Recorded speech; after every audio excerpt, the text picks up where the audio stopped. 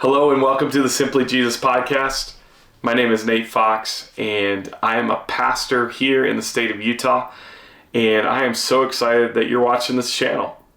This channel exists because I have lived here in Utah for 20 years, and I had the great privilege of moving here in 2002.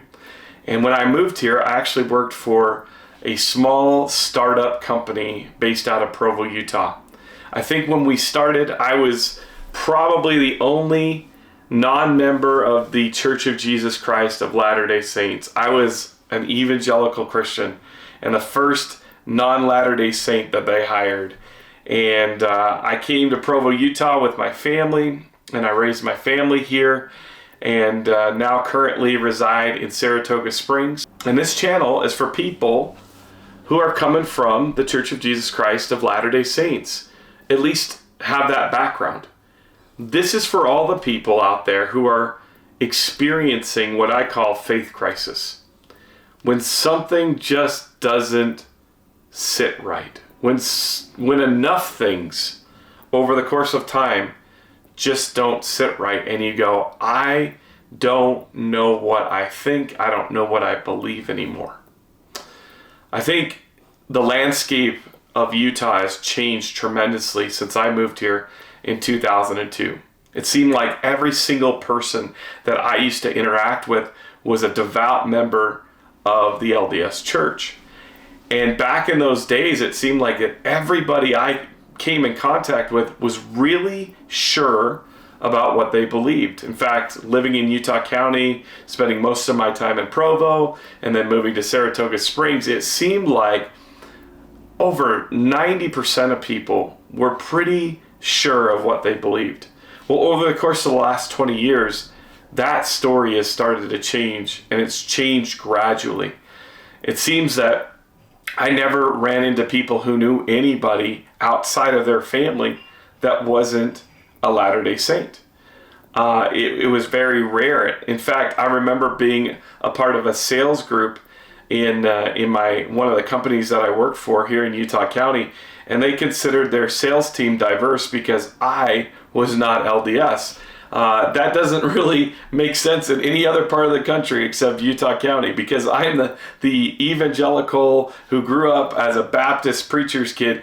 I made the sales team diverse. That's a unique thing to Utah County. And I still get a chuckle about that because it's kind of funny.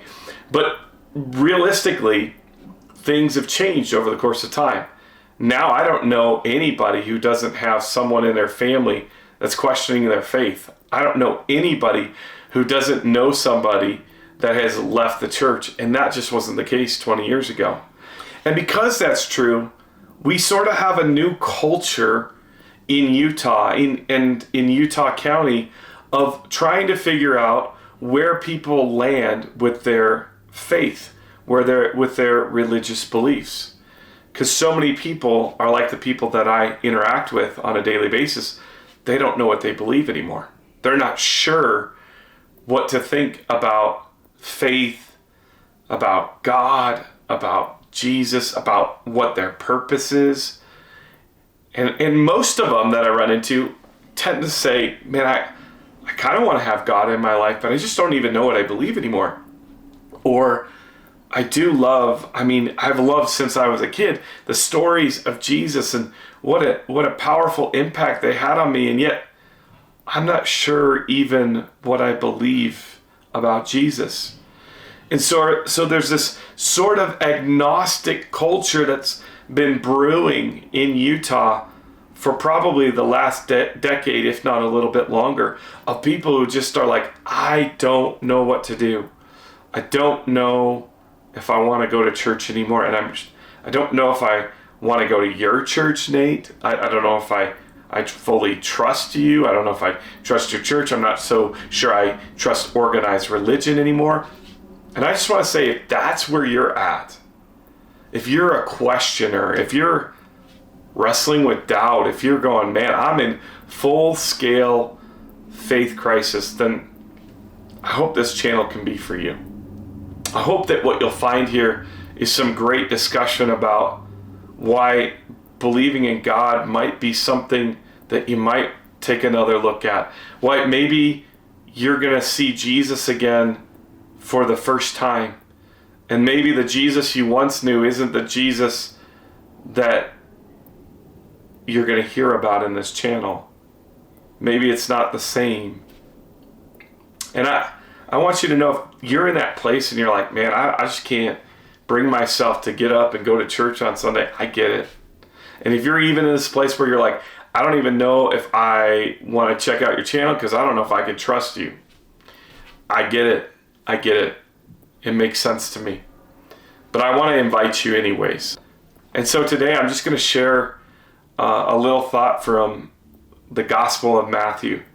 It's Jesus' invitation to the people of Jerusalem. And I want to kind of lay a context for you so you understand where this is coming from. Jesus is speaking to a number of people who were followers of him. And these are Jewish people. And Jesus is understanding that they've come from a place of having a lot of religious heaviness, a lot of weight upon their lives. And they're probably struggling with a deep sense of despair, a deep sense of weariness. Have you ever felt like you were stuck before? Like you couldn't turn to the right, you couldn't turn to the left, you just felt like you're stuck. Some of us some of you listening here, maybe you've experienced claustrophobia where you're just like, I can't get out. And sometimes religion makes us spiritually claustrophobic. It makes us feel like we're suffocating. And Jesus comes and he speaks to people who are feeling the weight of religion and kind of the weight of the religious leaders and all the extra things that they added to what God had for them. And Jesus speaks into their life in a very tender and compassionate way. And so he comes to them in Matthew 11 and he says this, and Jesus said, "Come to me, all you who are weary and carry heavy burdens, and I will give you rest."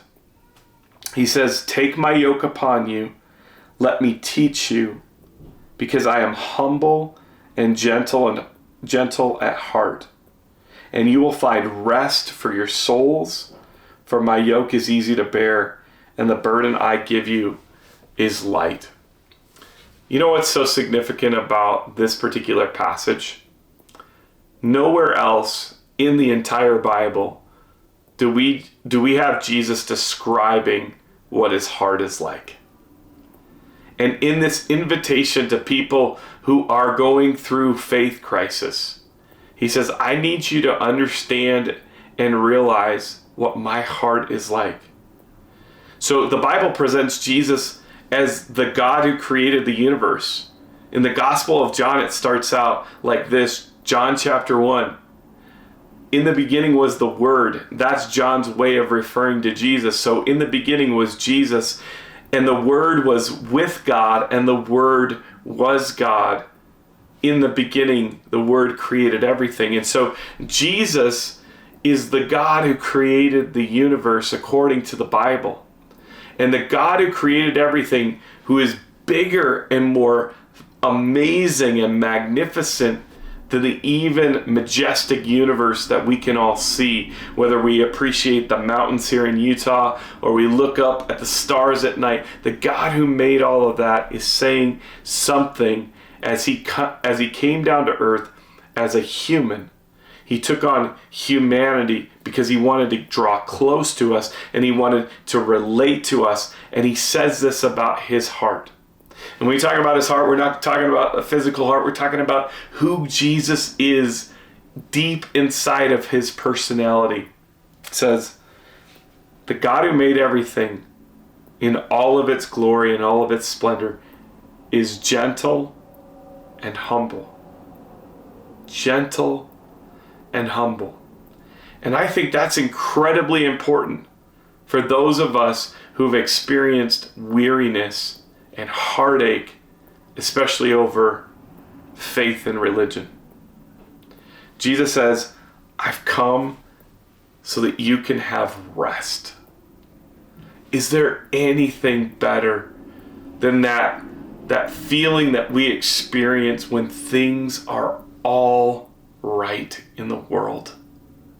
When we're at rest, when we know that inner peace, when we know that we are loved, when we know that we are cared for. Nothing is greater than when we experience rest for our soul. And I got to be honest with you, I think a lot of people walk through life hoping they get a glimpse of that rest, hoping that somehow they'll find that rest, whether it's in pursuing goals and achieving them, or going on that incredible vacation they've always been dreaming of, and sipping whatever their favorite drink is beside the ocean or a pool. But that rest all tends to fade. It goes away. And the rest that Jesus is talking about is rest for the soul, the peace of God, the love of God, the grace of God. That word grace, it means favor that we don't earn, that we cannot earn. That we would experience that at the soul level. No amount of meditation, no amount of yoga is ever going to stick like when Jesus offers rest to people. And you may be like, Nate, I don't know if I can believe that. I'm not sure. I'm not sure what you're saying is true. Then I'm okay with you being a skeptic. But I just want to say, Jesus simply invites you to come and see who he is and what he's all about. And his invitation comes with the promise of rest for your soul. So I got to tell you, if you're restless, if you're anxious, if you're depressed, if you're not satisfied, if you don't know where to turn, I invite you to turn to Jesus. I invite you to hear the stories of people's lives who've been transformed by the goodness and grace of Jesus by simply coming to him. And so if that intrigues you at all, please keep coming. We want you to be a part of this. We also want to interact with you. And so if you want to interact with us, just check out in the description ways in which you can get in touch with the Simply Jesus podcast team. And we would be happy to pray with you, to talk with you, to walk through doubt with you, to wrestle with spiritual issues with you. If that's a place where you're at, please don't hesitate. Thank you for being here. It's been my pleasure to spend this time with you. God bless and take care.